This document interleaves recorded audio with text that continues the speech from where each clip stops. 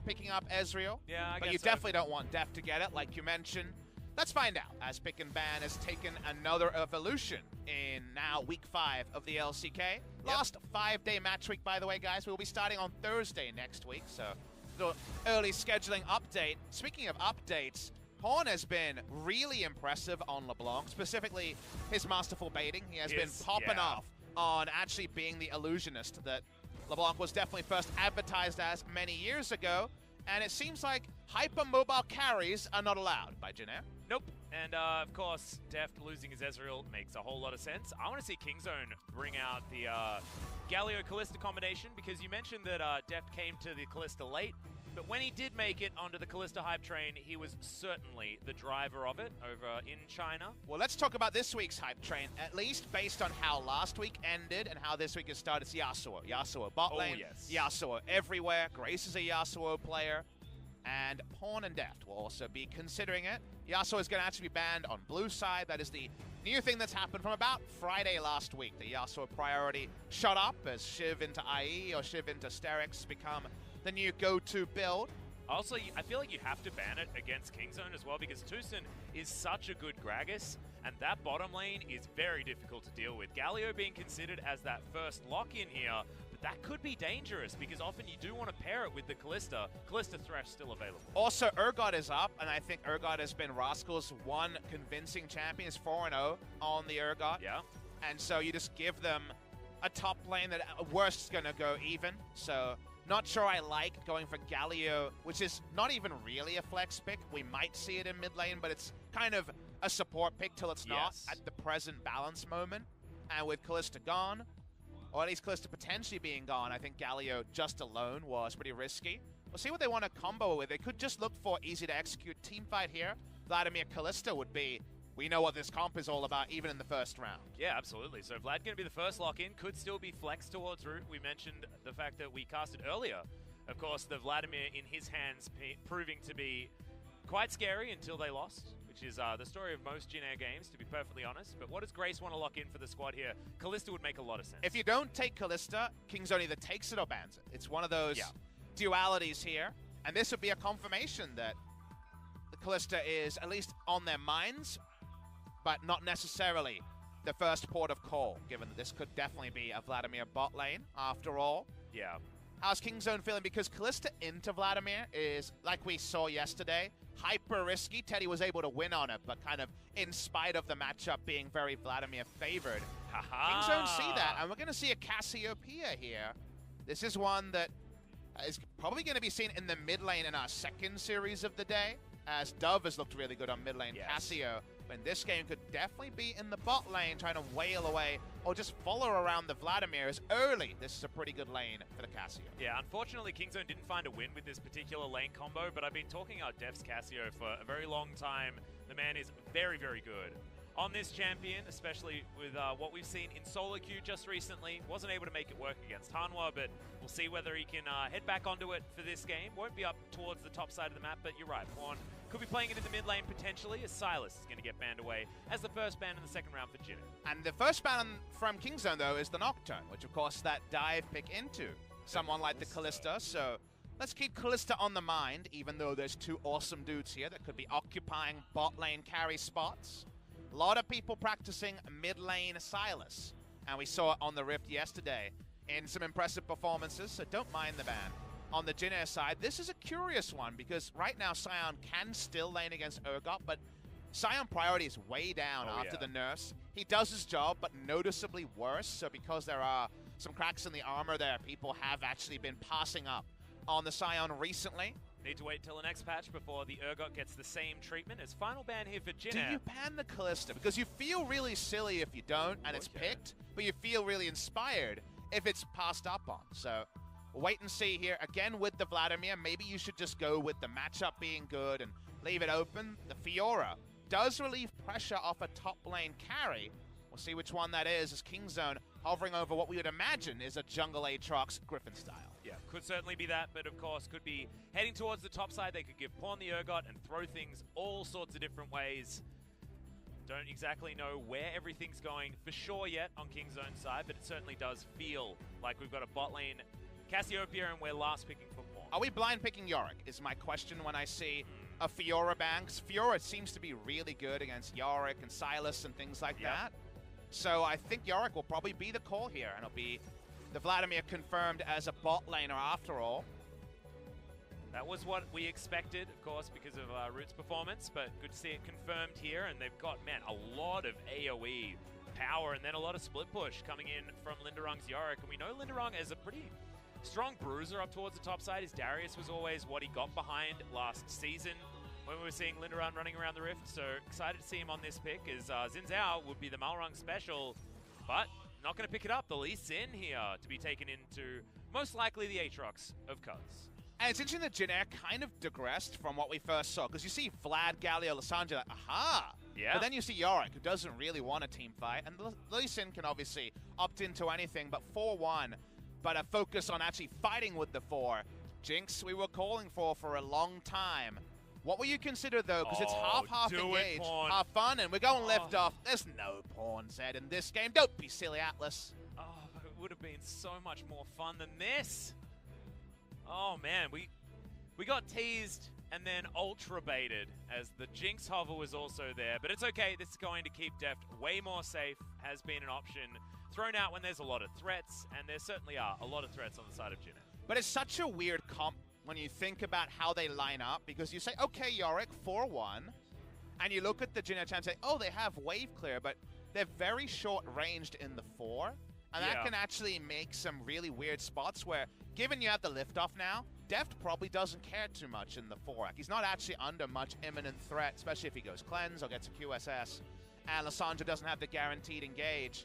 Range at a premium on both sides, but not the full teamfight wombo that we thought we would see from Jin, and yet a comp that can be better than the sum of its parts and can play 4-1. It can go a lot of different ways, but because they haven't fully shoved into one identity, you do wonder if it's less than the sum of its parts. Yeah, it's true. But Jin certainly do have a lot of options and a lot of easy-to-execute team compositions, with Grace going in, getting his AoE down, after Root goes in and gets all of his AoE down, and then a Galio dives in on top. I mean, you can see how it's going to work, and Malrung has to get in there and start making things happen after level 6, get these kicks happening, get the skirmishes in the right position here for Jin. And skirmishes is where you really love this comp, because even pre-6, you got Galio in the bot and Lissandra, I mean, that's pretty damn reliable on command CC for the Lee Sin to gank.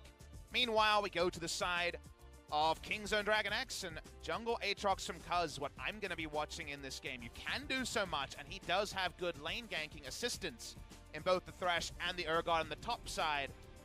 But Rascal and Cuz have been up and down. Do we find an up performance from Cuz in this game number 1? Well, let's hope so if you're a Kingzone fan, but here we go. Game number 1.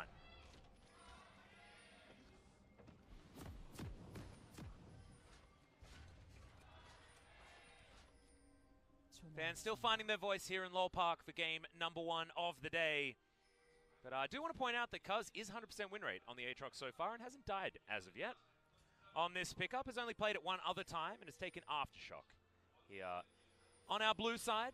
We already talked about it in Champ Select. We weren't a big fan of Urgot being left open on the red side when Rascal is 4-0 on that pick. And the only other multiple winner he has is Akali, who isn't even available anymore in many ways. So she has been removed. She has. Thanks to Riot Games for that one, changing the metagame around by giving the Evelyn treatment to good old Akali. Yep. Only 2011 fans will understand that reference.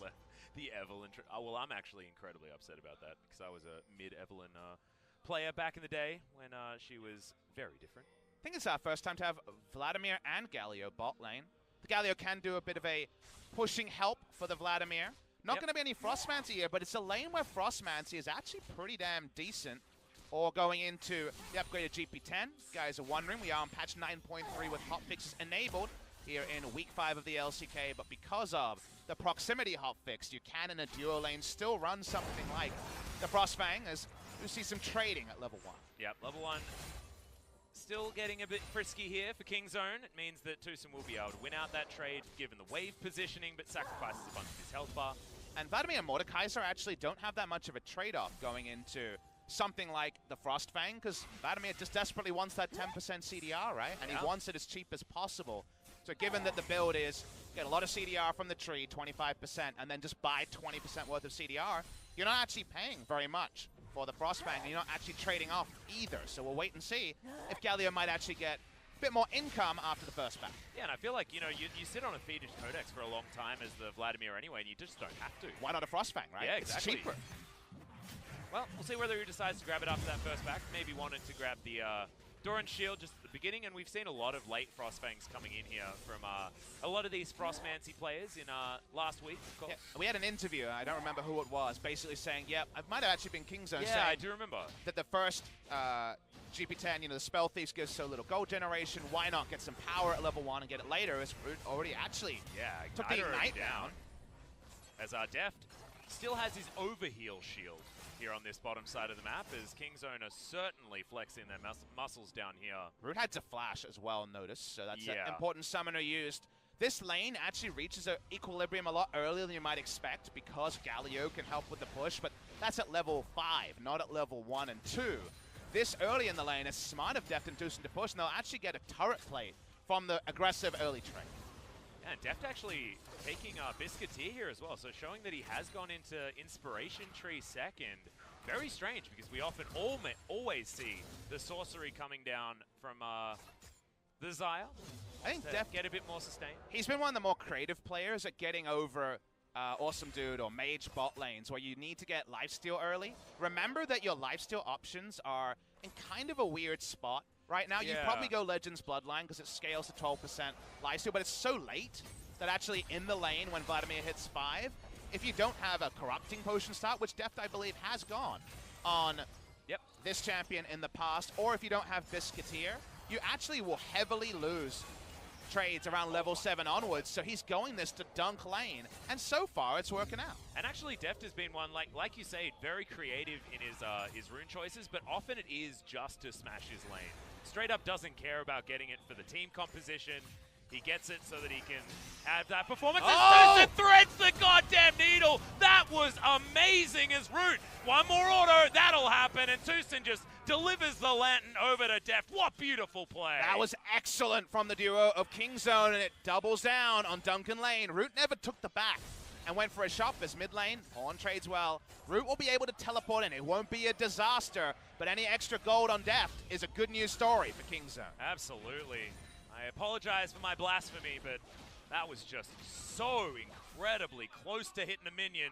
Tucson threads that needle so finely. And this advantage is just gigantic here for Kingzone. They do put in a lot for it. 3 summoners now on cooldown down there, but let's have a look at this one yet again. Oh, just over the wall. Really nice stuff there from Tucson. Knight onto Tucson, but he only takes a single turret shot. Deft able, with that last feather, to take down the kill. And that extra gold is actually put to very relevant use. We already talked about how Deft is about slamming lane. How about an Executioner's Calling and a Pickaxe first buy, thanks to that extra 400 gold from the first blood? Think about the high value as well coming in from that Executioner's Calling. There are 4 champions here that have heal in their kit that can be utilized there, so Deft getting a hell of a lot of value from that one, as Pawn loses a trade in the mid lane pretty extensively here. And there's a 5th one, because Galio does actually get some healing from he does. the Relic Shield into Targon, so that's the most facetious of them, but I'm seeing the value, Atlas. I'm definitely seeing it. I certainly like it when you can build an item and it works no matter where you are on the map. So have you played any Yorick Mori I have. since the rework? I have. How awesome is the chime you get when you pop the maid? It's actually a really awesome, sad kind of soliloquy going on. You're always incentivized to pop that one out. It's kind of DJ Sona-esque, but you can't share it with anyone. It's like the direct opposite of how incredibly loud the ghouls are when you hit the Morning Mist. Especially in the spec mode. Yeah, well, here's one of Malrang's early ganks that he's so famous for. A level behind Deft and Tucson here. It looks like he is out of the brush, but that's not actually the usual visual bug. That's just the fact that his dance can take him way out. Here comes Nova. Goes Nova. Yeah, does have the flash available, of course, as the only flash of the bottom lane duo. But isn't going to be able to find it, and that means Malrang's going to stop wasting his time, and Kingzone continue to put on the pressure. So Malrang hasn't been able to find the inroads he has commonly in recent memory, and Deft is just doing incredible damage. Yeah. This feels like Jin Air have nowhere safe to be. They're behind their turret, and things are already a problem. And I gotta admit, I'm a huge fan of Kingzone approaching this so aggressively. It's great to see them actually trying to punish Jin Air. Whenever I see teams who are vying for top 5, kind of take it easy against Jin Air and say, well, they'll make a mistake, we'll chill out and eventually win. I don't think that prepares them for the future. So Rascal takes unbelievable has damage. To flash. Doesn't flash early to get out of that Dark Procession, and then just sits in there and has to blow flash anyway. That is Yorick damage, and it is something you have to respect. That was standing there watching the Maiden slap him in the face over and over again.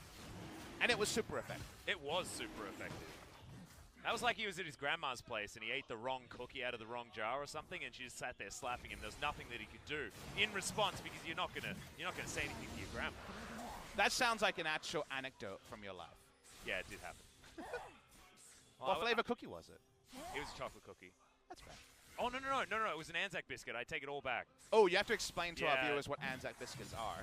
They are absolutely delicious, and my grandma's ones were the best, which is why I was going back for an extra one, and she called me greedy. I really appreciate that I asked you to explain what Anzac biscuits are, and in true play-by-play fashion, no analysis of what's in an Anzac biscuit, just that they're tasty. Yeah, well, I mean, it's got oats, it's got golden syrup. That's like if I asked you what kind of a game League of Legends is, and you said a fun game. Yeah, it is. I don't know. I don't understand what else you'd want from me there. You know, I'm just regretting the question now. Thanks, Atlas. You're welcome. Feeling great about showing up to work today. Do you like Anzac biscuits? Yeah, I do. No complaints at all. I mean, Australian pastries in general, whether they're sweet or savory, are great. Yeah. We get to insult British people when we talk about meat pies. Speaking of insulting, insult to injury, Nova finds nothing. He does, but at least they get the ultimate out of death. The Lantern is going to come in there as well as Dark Procession once again, top side of the map. I get scared of it now more than I ever have of that ability after Rascal got stuck in that baby cage for so long. And Pub Smithy gets scared of it because I might make another Grandma's Biscuits yes, reference. Exactly. We can't have that, Atlas. I will not abide by that. No more Anzac biscuits unless you're going to talk about what's in the Anzac biscuits, exactly. Max. That's the rule. Yeah, that's the rule we're going to live by here. All right. I actually find it quite difficult to explain what an Anzac biscuit tastes like. You know, I know what's tastes like in freedom. it, but it's good. It's better than, you know, saying that it's got oats in it and golden syrup, because that doesn't even sound that great, but they are just fantastic. I mean, oats and golden syrup are two starter ingredients for something tasty as far as I'm aware. Well, Hemoplay going to be used just to get some health back here from Root. It's Jin Air versus Kingzone. I think we can talk about biscuits. Yeah, that's true. That's true. And actually, we need to talk about your preference in Anzac biscuits as well, because this is a very important question. I might not know. This is a lot of nuance here. A bit soggy or crunchy when it comes to your Anzac biscuits? So I'm going to give you an overall answer. I don't actually have an informed answer on Anzac biscuits at the ready. The only relevant anecdote I have is if you ask me if I prefer a freshly baked kind of soft Subway cookie or a harder one, it's always going to be the soft one. So soft cookie is kind of where I'm at. Also sounds like a great band name. Soft cookie. Yeah. What kind of genre would that be? Emo. Soft cookies doesn't sound emo. It's not edgy enough. I don't know, man. I'm down. Soft cookies, the emo man. Brilliant. Tusa moves back towards the bottom side, just throws out a hook. Box is down here as well, but that means the stopwatch has to be thrown in there, and Malrang clearing out vision. Full demonstration to Kingzone that he is there, and Def doesn't even take the lantern. Malrang really behind the play this game. Look at the level advantage with nothing happening in the jungle. Level 8. Yes, and that's with literally no ganks really happening with either jungler. He's now down towards the bottom side. Another turret plate is going to go down here for Kingzone at 11.5 minutes into the game, and Cuz is just happily killing a control ward in front of Malrang's face. Another hook is going to land. Root takes half of his health bar, and he's stunned up for so long. The Root duration put it at exactly the right time, and it just looked like Root had nowhere to go. And this is kind of also what's happening with Malrang, because while we've been talking about soggy biscuits, the problem for Malrang is he's got so many lanes getting hard slammed by Biscuiteer, Xayah, and the other kind of scenarios around. He's kind of fighting fires wherever he goes, but missing out on his primary objective, which is finding experience. And the moment that you're taking less camps, which of course have less experience on recent patches, the cascading effect is an experience lead that now is about a level and a half at best, and soon perhaps 2-3 levels. There's, if you count the camps here, remember 4 jungle, 4 minions is 1 camp, or 4 CS if you will. We're talking about the better part of 6 to 7 camps difference between the two junglers, And that's really hurting Malrung, who at this point is a kick and not much more.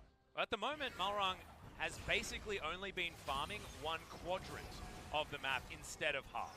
He doesn't actually have his own side of the jungle, he has his own quarter of the jungle. He can't even chill in the bush he was before. It's double control ward bot side.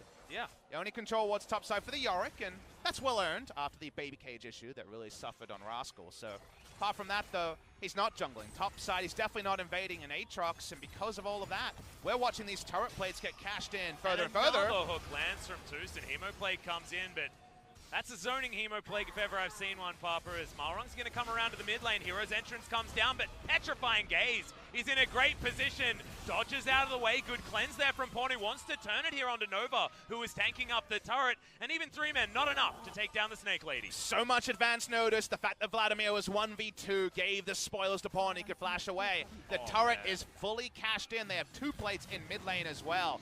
That's 7 turret plates already claimed by the side of Kingzone.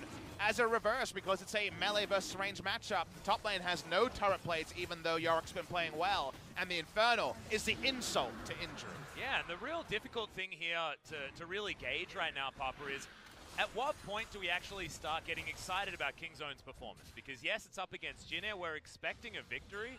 This is one of the cleaner victories that we've seen, playing around win conditions that Kingzone like to play towards. Like the aggression of their bottom side, but they're not doing it just because their opponents are worse. They're doing it by putting down the advanced vision and playing hyper-aggressively around having those the lantern placements and everything for Deft to play super far forward. The answer you're going to get is an unfulfilling one, Atlas, but it's the next time they play against better opposition, playing the same way. Yeah. Because at the end of the day, if a team is potentially going to lose to all 9 other teams, you can only look at the internal consistency. Yeah, he's in the cage. He's not liking it very much. Yeah, he tries to just stain over the wall, but unfortunately you can't pick up the whole wall. But at the end of the day, just a slap on the wrist by the grandma this time. The normal analysis is, all right, if you just focus on Kingzone, they're doing the right things, but you have to pay it forward to doing those same things against a team that's not rooted to the bottom of the table. Yeah. So for now, at least, we should at least not be downtrodden about Kingzone mistakes, apart from maybe Rascal approaching this lane where he's an approach. Going to come through. Speaking of approaching the lane, that is just a very dead Galio. Yeah. Already used his stopwatch. That's just a free one. No gargoyles for you, Jin Air. Now Kingzone looking to push down the mid lane as well. Very close to being able to take some more turret plates here, but Pawn had already taken 3 by the looks of things. Before this had even finished, Malrung not going to follow the Sonic Wave, and now they'll take the Infernal Drake as the first, and then Shelly immediately afterwards. Cuz showing that he's still pretty comfortable on this Aatrox, farming up an absolute storm, and will be able to get all the objectives in the early game. And I guess we should discuss, just to find something to talk about, is the mistakes Jin Air make. Because it's not all just these players are bad. We actually have rated individual performances from all players on Gen, kind of like BBQ Olivers. There are isolated moments where we've been happy about almost everyone, yeah. What we should talk about is the mistakes we see from a squad that clearly is having communication issues, leadership issues, etc. The laning phase is ended, right? We know no longer is there a dual lane bot lane. Nova sweeps a ward in mid, so he's in vision, and he says, oh, I'll go to the river. Let's see if we can fight for this river brush. You might say, okay, it's not the pixel brush, so it's not the most aggressive brush to approach, but they actually have no map control in this game. We've been watching the control ward line being so advanced. It's actually too bold with how the early game has gone to face check that brush alone. That is the mistake made by Nova. He doesn't understand that after laning phase is over, that's not a free brush you can check with a sweeper and live through tell the tale. Yeah. Well, he certainly learned that now after that face check. So Deft and Tucson move back towards the mid lane. You had Pawn moving up towards top side. Rift Herald yet to be thrown down just yet, as Cuz can't come over and give it a go right now, as Nova's going to come sweeping through yet again. Thankfully, Justice Punch gets him out of the way here, and Shelly not necessary to take down this outer turret. Kingzone just with too much control, too much power, and too much gold here at this stage of the game. Almost a 6,000 gold lead pre-20 minutes. And with the early spikes here on the side of Kingzone, the fact that they have their items in the gold lead, any 4-1 plans that would have been enacted from Jin Air on paper based on the draft are now really behind schedule. We've seen Vladimir's ahead of schedule a lot in the last few match days, but today the Vladimir's been much more well held. 700 gold bounty already onto the Xayah. Favorite build of Deft. He's going to be really happy with the 9.4 patch notes that went live as Essence Reaver has gotten a buff. You can go back to his Sivir, to his Xayah, who really did like the pre-Essence Flare Essence Reaver as Linderung's finding himself losing these matchups, even with his girlfriend down here.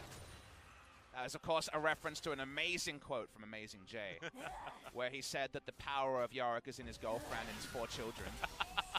Well, Pawn is going to yell at Linderung, and Linderung's going to, sorry, Grace, and Grace is going to have to use his ultimate in order to get himself out of there. The comment at the end was very funny. It felt like a clown throwing it afterwards. Yeah. But my favorite thing this week, and it's not necessarily game 1 of SKTKT, which was obviously really fun to cast, is we've had 2 games where an Eddie Carey's done something a little bit different and then played to that adaptation. We were loving Teddy, who was going for the Hail of Blades, Ravenous Hunter, Taste of Blood, Kalista in a tricky lane, and then playing aggressively and winning trades earlier, and they played around Kalista's power. In this game, Deft went for the utility tree second to go Biscuiteer and get through a Vladimir lane, not fall off at level 5, 7, or 9, and they've played around Deft in a very impressive manner. So far, 2 teams have gone against the grain. As, that was quite the freak out there. That was a dude, where's my car moment for the Rift Herald. Where's the car, dude? Another reference that probably dates us. Yeah, that does certainly. And I just love, I love it when someone changes from the Mobifier or Pro Builds build, and then the team and the player plays towards it, because it shows what competitive play should be, which is every adaptation from the norm is an informed one that actually gets you a win condition. And Deft now is making Rapid Fire Cannon Essence Reaver look like a power spike on this Xayah as well, because afterwards he parks himself mid lane, never runs out of mana, can throw all of his spells with Reckless Abandon, has that extra 20% CDR, so even if he has to use Featherstorm, it's back up relatively quickly. As Rascal, this isn't exactly the best position for him, but Jin Air, they just don't have the confidence to walk up to a lonely Urgot and punch him in the face. It was only Root that was able to get 1 transfusion. I think it'd be pretty tasteless to punch Jin Air in the face right now. You know, they are already feeling that's pretty down, and you can tell with the sacks of gold that this has been a income inequality situation here. This was a country we would have an inquest into the economic disparities going on, because everyone's got a bounty. The insult upon injury is definitely Urgot. Urgot having one in the Yorick lane, with how the Yorick lane has gone. Yeah, just like after seeing Rascal getting trapped there, having to flash 1v1, and then just stands around early because he got so much more global gold. He got that accelerated Black Cleaver, and then Yorick just wants to go back to his garage and start practicing his music, man. He's sick of Summoner's Rift. He's not ready. Thankfully, he has the Pentakill skin, so he's in uniform. He'll be ready for the show, and he'll have plenty of angst when he's playing for his new band, the Soggy Cookies, or whatever you came up with. Soggy cookies. Again, you called it soggy. Soft cookies are great. Sorry, soggy soft cookies. Are you a dunker, by the way? Do you dunk your cookies or your biscuits into your coffee? Absolutely. Very Australian thing. Yeah. Tim Tams especially, known for that. King's Oh, Zone. you can use Tim Tams as a straw as well. That's the exciting part. That is definitely the next level that Aussies love. 2 control wards down for Jin Air to spot there, which I appreciate. The steps gone into defensive play, but now those control wards are gone. There are plenty in the inventory, but none of them are in priority spots anymore. How do you actually get to anywhere to put them down is the question. You go with friends. Already figured out that he doesn't have enough friends to be able to face check any of this stuff, because Kingzone will just kill him where he stands, and they'll do it so incredibly quickly. And that broken stopwatch isn't going to be helping anyone right now. Sort of a black mark in his inventory right now after what was a couple of pretty disastrous face checks. Is okay, Linderung and his congregation here wandering through. So let's answer your question. How do you put down your wards when you're way behind? You have to find a way, right? Because you need wards down.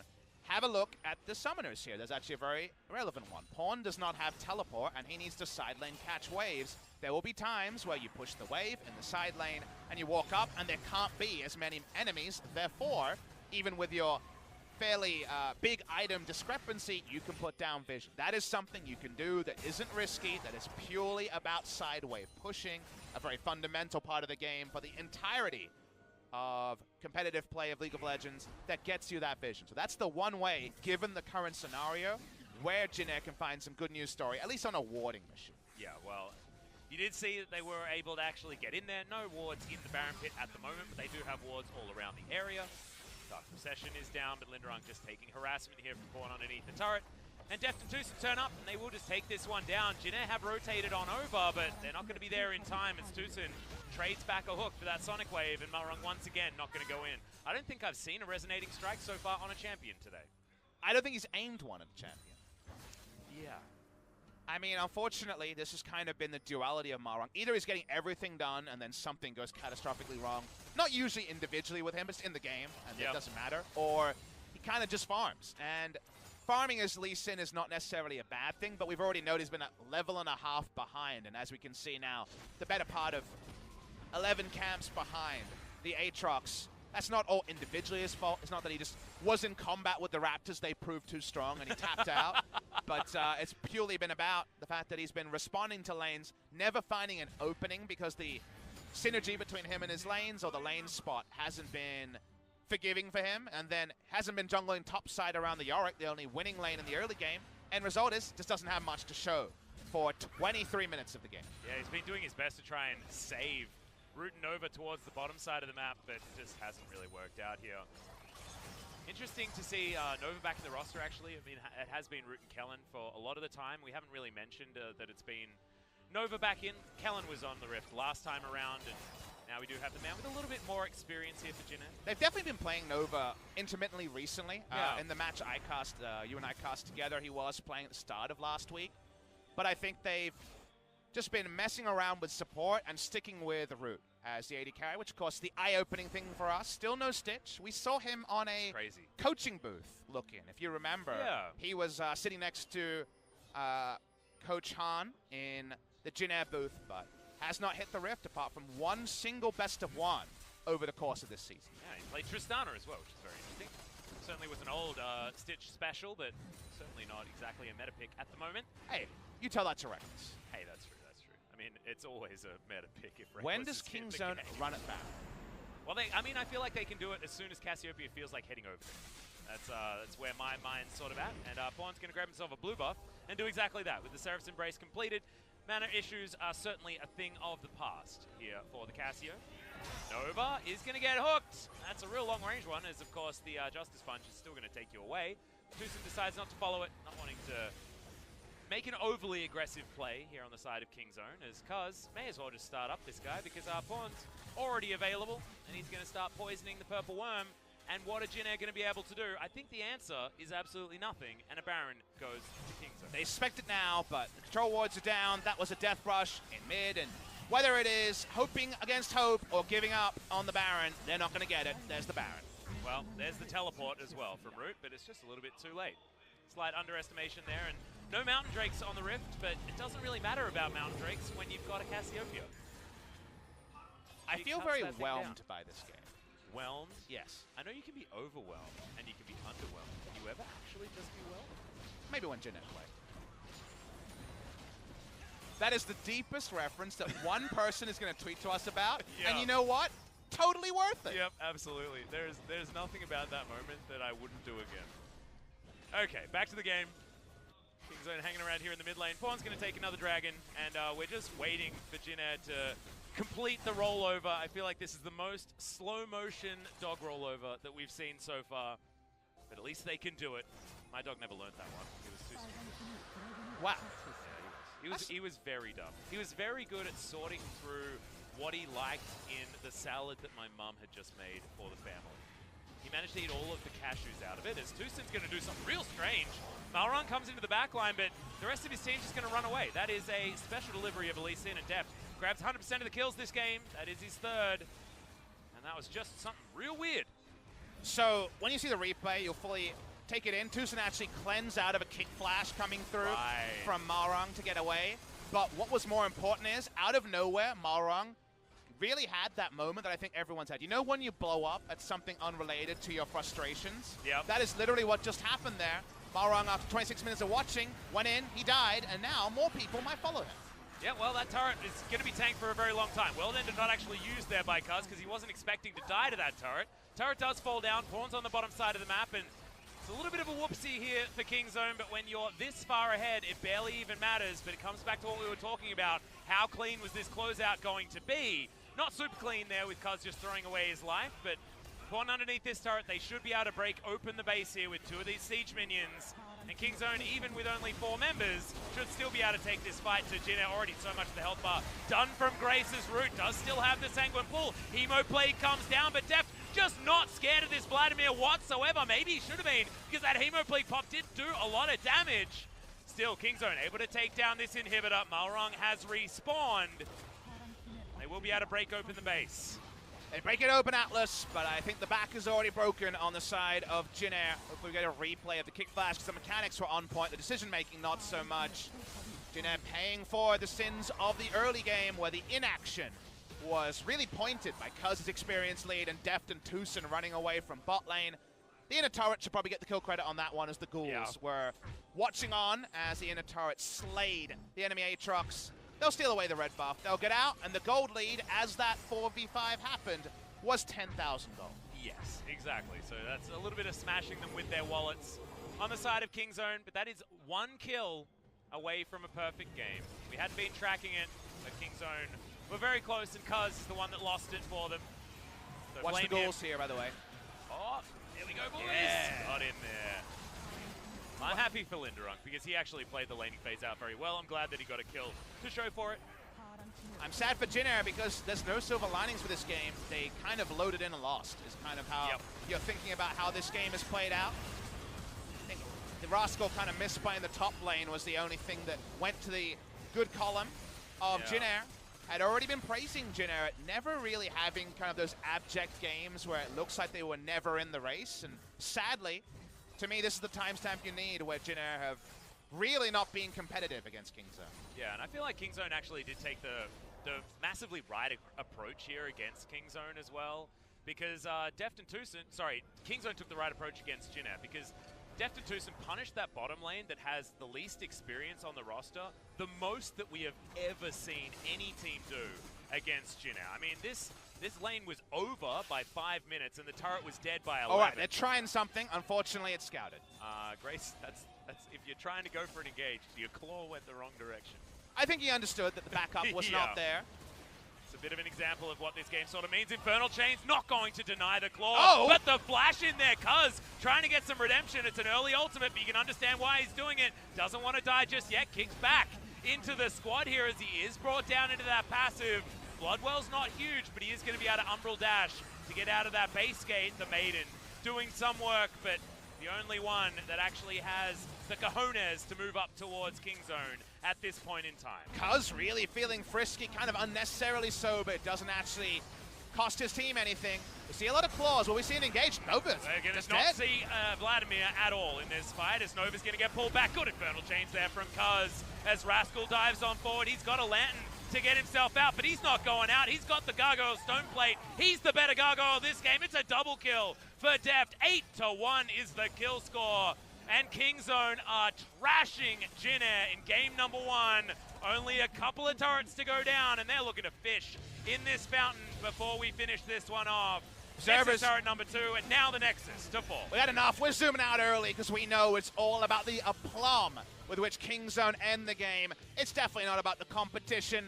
Kingzone DragonX able to take down Jin Air, and that unfortunate record looks very much likely to be enacted. No team has only won a single best of 1 in a entire best of 3 round robin, but that may be the story for Jin Air Green Wings, as Kingzone DragonX, only team that loaded up in game number 1. Yep, and a rare big smile for Pon there in that instant after the game was over, so good to see him in high spirits.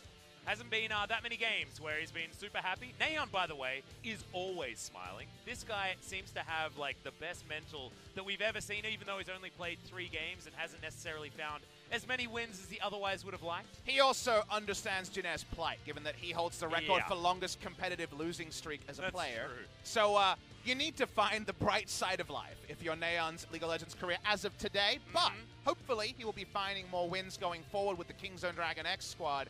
How many games will they play? Do they play him in game number 2 just to give him a bit more confidence? Maybe. There's an argument to be made, because right now, Jin Air, unfortunately, are those whipping boys that you try to work out some of your frustrations out on, because when it comes to competition, didn't see much on the Rift. It's just not happening, really, but I really do want to point out Kingzone's successes here this game, because I think a lot of them are transferable into other matches. Deft and Twosome played out of their minds in the laning phase. It was absolutely fantastic to watch, so I'd like to see them be able to play more effectively around them in other matches, because as you can see, that's some big old numbers there for Deft. He did it.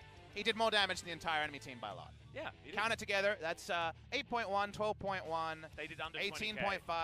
It's They did under 20.4 if I did my math correctly there. Yep. Could be wrong by 1,000, but definitely nowhere near. He did over 20% more damage than the enemy team. That's really bad for the side of Jin Air. Not a perfect game, a kill and a turret to their name, but you know, perfect game's kind of a weird term these days because we got turret plates and other objectives. Remember that Jin Air got no turret plates this game. They did. Well, we'll see whether Kingzone can have another performance like that in game number 2, whether Jin Air can find it in themselves to fight back. We'll have to find out after a very short break, so don't go anywhere. Nowhere. Do not go anywhere. Who knows what we might talk about in game number 2? Hey, that is true. We could talk about all of the different references. Stay tuned.